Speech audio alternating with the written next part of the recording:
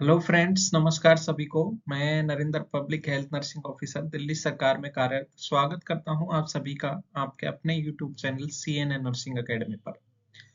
तो फ्रेंड्स, आज हम मिले हैं आरआरबी नर्सिंग सुपरिटेंडेंट में जो प्रीवियस ईयर क्वेश्चंस पेपर हैं, उन जो ऑन्कोलॉजी से रिलेटेड क्वेश्चंस हैं उनको डिस्कस करने के लिए। तो मैंने 7-8 क्लास ऑन्कोलॉजी से रिलेटेड ली हैं इसी चैनल पर।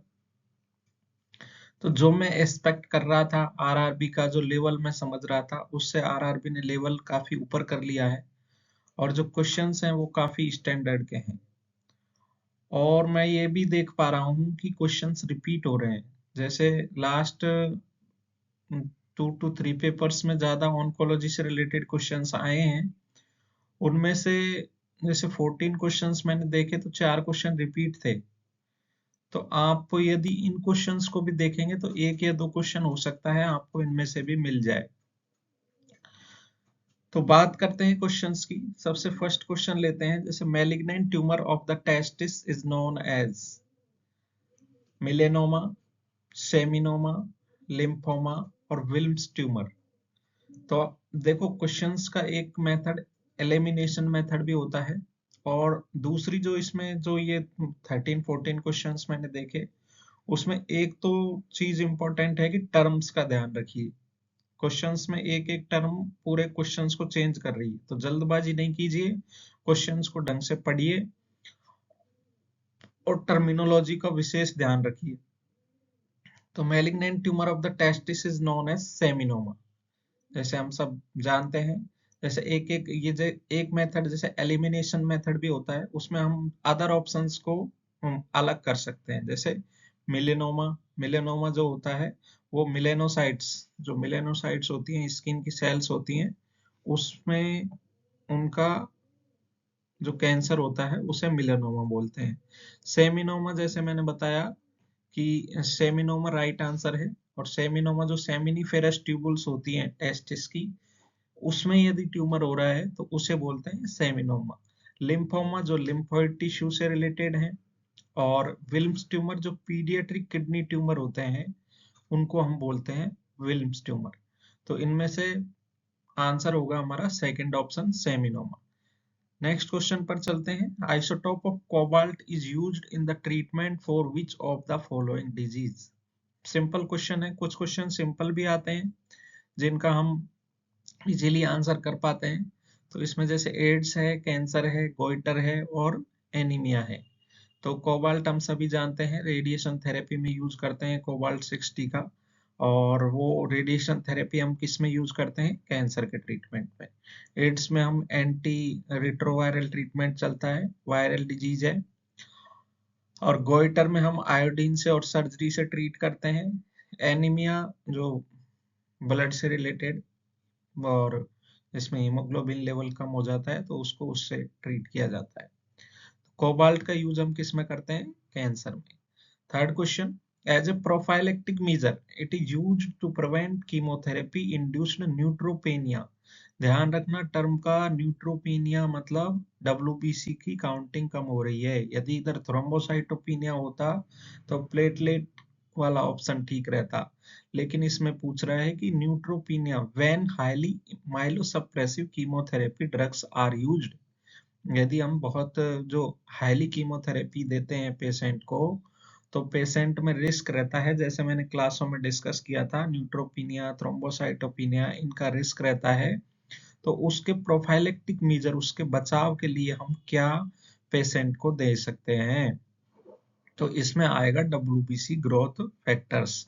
ध्यान रखना, यदि थ्रोम्बोसाइटोपिनिया है तो प्लेटलेट ट्रांसफ्यूजन, एंटीबायोटिक्स हम इन्फेक्शन को ट्रीट करने के लिए देते हैं, और ब्लड ट्रांसफ्यूजन का अपना अलग फायदा होता है। तो ये तीनों क्वेश्चंस आपने देखे, जिनमें से एक क्वेश्चन सिंपल था और थर्ड भी सिंपल ही है, और फर्स्ट भी यदि टर्मिनोलॉजी का हमें ज्ञान है तो वो भी कोई ज्यादा टिपिकल नहीं है।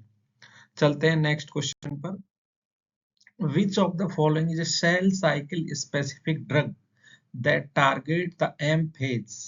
ध्यान रखना, इसमें M phase को जो टारगेट करती है ड्रग, उसका नाम पूछा है। तो इसमें 4 ड्रग्स हैं। ये आपको, यदि आपने ड्रग वाला चैप्टर पढ़ा है, जैसे सॉन्डर्स में एक तो सिंपल थ्योरी होती है, डिजीज होती है, सिम्टम्स होते हैं, और एक चैप्टर होता है ड्रग्स का। तो वो यदि आपने पढ़ा है तो ही आप इस क्वेश्चन को सॉल्व कर पाओगे, क्योंकि काफी अच्छा क्वेश्चन है। और इसमें हम जैसे ऑप्शन देखते हैं तो मीथोट्रेक्सेट, सिस्प्लाटिन, साइक्लोफॉस्फेमाइड और पैक्लीटेक्सेल। तो ये जो फोर्थ ऑप्शन है पैक्लीटेक्सेल, ये सेल साइकिल स्पेसिफिक ड्रग है जो माइटोटिक फेज को टारगेट करती है, और उसका जो कैंसर का जो डिवीजन होता, जो सेल्स का जो डिवीजन होता है, उसको ये प्रिवेंट करती है। और एम फेज, ध्यान रखना, एम फेज ये भी करती है, मीथोट्रेक्सेट भी करती है, लेकिन ये एस फेज को टारगेट करती है, जो डीएनए सिंथेसिस है उसको रोकती है।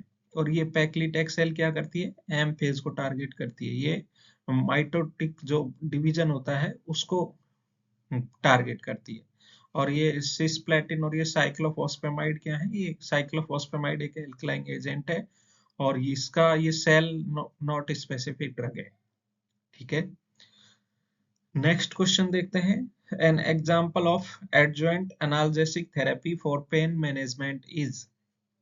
एडजुवेंट का मतलब क्या होता है, जो एनाल्जेसिक थेरेपी को मतलब एक तरीके से सहायता देती है, उसको उसके जैसे ही वो एक्शन करती है, तो उसको बोलते हैं एडजुवेंट एनाल्जेसिक थेरेपी। और इसमें जो ऑप्शन आपका राइट होगा वो थर्ड वाला ऑप्शन, जो गाबा रिसेप्टर एगोनिस्ट करके जो ऑप्शन है वो राइट होगा।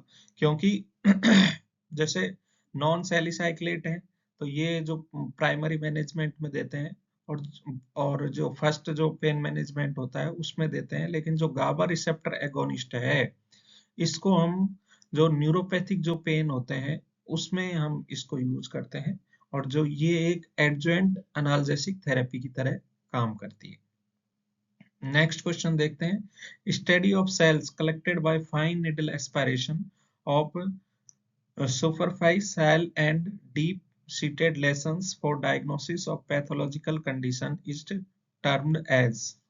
ध्यान रखना, अब इसमें एलिमिनेशन मेथड भी यूज कर सकते हैं। जैसे सेल के बारे में पूछ रहा है ये स्पेसिफिक, तो जब भी हम सेल की, हम सभी जानते हैं सेल की यदि स्टडी करते हैं तो उसे साइटोलॉजी बोलते हैं। और इसमें जो फाइन निडल से सेल का सैंपल लिया गया है और किसी भी वो पैथोलॉजिकल कंडीशन को डायग्नोस करने के लिए, तो उसको हम बोल देंगे साइटोपैथोलॉजी। मॉलिक्यूलर पैथोलॉजी अपनी अलग टर्म है, मेडिकल जेनेटिक्स जेनेटिक्स से रिलेटेड है, हीमेटोलॉजी मतलब ब्लड से रिलेटेड है। तो सेल से रिलेटेड इसमें साइटोपैथोलॉजी काम आ रही है, तो इसका ऑप्शन आ जाएगा फर्स्ट, राइट जो ऑप्शन होगा। अब हम बात करते हैं 7 क्वेश्चन की। Which of the following grade does a tumour possess cell that are moderately differentiated. ध्यान रखना, ये क्वेश्चन मैंने करवाया हुआ है, जो ग्रेड्स के बेस पे ये क्वेश्चन आया है कि grade first, grade second, grade third, grade fourth. तो ग्रेड फर्स्ट में वेल डिफरेंशिएटेड होती हैं सेल्स, हम इजीली पहचान कर सकते हैं। ग्रेड सेकंड में मॉडरेटली डिफरेंशिएटेड होती है, मतलब आपस में वो सेल ग्रोथ ज्यादा हो जाती है। ग्रेड थर्ड में पुअरली डिफरेंशिएटेड होती है, और ग्रेड फोर्थ में अनडिफरेंशिएटेड होती है, उसमें मेटास्टेसिस वगैरह प्रॉपर हो जाता है, तो उसमें सेल्स को हम डिफरेंशिएट करना बहुत ही ज्यादा मुश्किल हो जाता है। तो इसमें क्या पूछा है, इसमें मॉडरेटली डिफरेंशिएटेड का पूछा है, तो इसमें जो आंसर आ जाएगा वो ग्रेड सेकंड आ जाएगा। ठीक है, next question. The normal tissue present at an ectopic site which is not a true tumor is known as। तो इसमें क्या आएगा, इसमें क्या पूछ रहा है कि जो नॉर्मल टिश्यू है वो एक्टोपिक साइट पे, मतलब जो जो मेन उसकी साइट है उस पे ना होकर अलग जगह है, और वो एक ट्यूमर नहीं है, which is not a true tumour is known as choriostoma. ठीक है, जैसे हम प्रेगनेंसी, जैसे फेलोपियन ट्यूब से अदर प्लेसेस पे होती है तो उसे हम एक्टोपिक प्रेगनेंसी बोलते थे, उसी तरीके से यहाँ पूछा है कि यदि नॉर्मल टिश्यू है, एक्टोपिक साइट पे है, अपनी नॉर्मल जगह पे नहीं है, तो उस टर्म को हम क्या बोलेंगे। तो ये भी काफी अच्छा क्वेश्चन है, तो इसको बोलेंगे कोरियोस्टोमा। हीमाटोमा, टेरेटोमा, कॉन्ट्रोमा ये कार्टिलेज से रिलेटेड है, ये जर्मिनल सेल से रिलेटेड है, और हीमाटोमा मतलब नॉर्मल टिश्यू अपनी नॉर्मल जगह पे है, तो उसको बोलते हैं हीमाटोमा। लेकिन कोरियोस्टोमा जो है वो इसका सही आंसर होगा, और option first is the right answer of this question. Next, in which brain tumor there is presence of multiple deposits well defined and usually at the gray and white। ये सारे जो ऑप्शंस हैं वो brain tumour से related हैं, लेकिन इसमें पूछा है ग्रे एंड व्हाइट जो वेल डिफाइंड मल्टीपल डिपॉजिट्स हैं, तो उस टर्म को हम क्या बोलेंगे? इस टर्म का होगा कि जो मेटास्टैटिक ब्रेन ट्यूमर, मतलब जो ब्रेन ट्यूमर है और वो मल्टीपल, ध्यान रखो इसमें मल्टीपल डिपॉजिट्स दिखा रहा है, तो इसका मतलब मेटास्टेसिस भी हो चुका है, ब्रेन ट्यूमर एक जगह से दूसरी जगह पर फैलना स्टार्ट हो चुका है, और ग्रे एंड व्हाइट मैटर पे मोस्टली ये देखा जाता है। तो इसका जो राइट आंसर है वो मेटास्टैटिक ब्रेन ट्यूमर है। ओलिगोडेंड्रियोलोम डेंड्रिगोलियोमा, मेडुलोब्लास्टोमा, अपेंडाइमा ये नहीं है, इसमें ग्रे एंड व्हाइट पे फोकस किया गया है, तो इसका आंसर होगा second, metastatic brain tumour. Next हम देखते हैं, lymph nodes found in the chest near the lungs and heart are called as। lymph nodes हैं, तो इसका हम जो हमें यदि एनाटॉमी क्लियर है तो ये तीनों ऑप्शन डिलीट हो जाएंगे।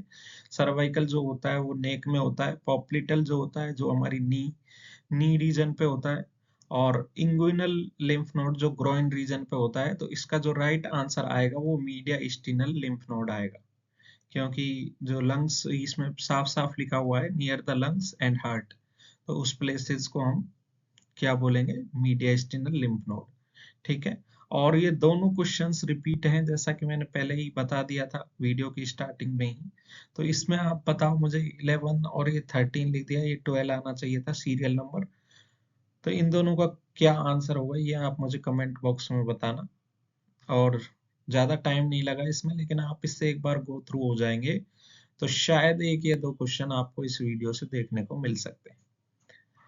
तो आज के लिए इतना ही, मिलते हैं नेक्स्ट वीडियो में। Thank you very much.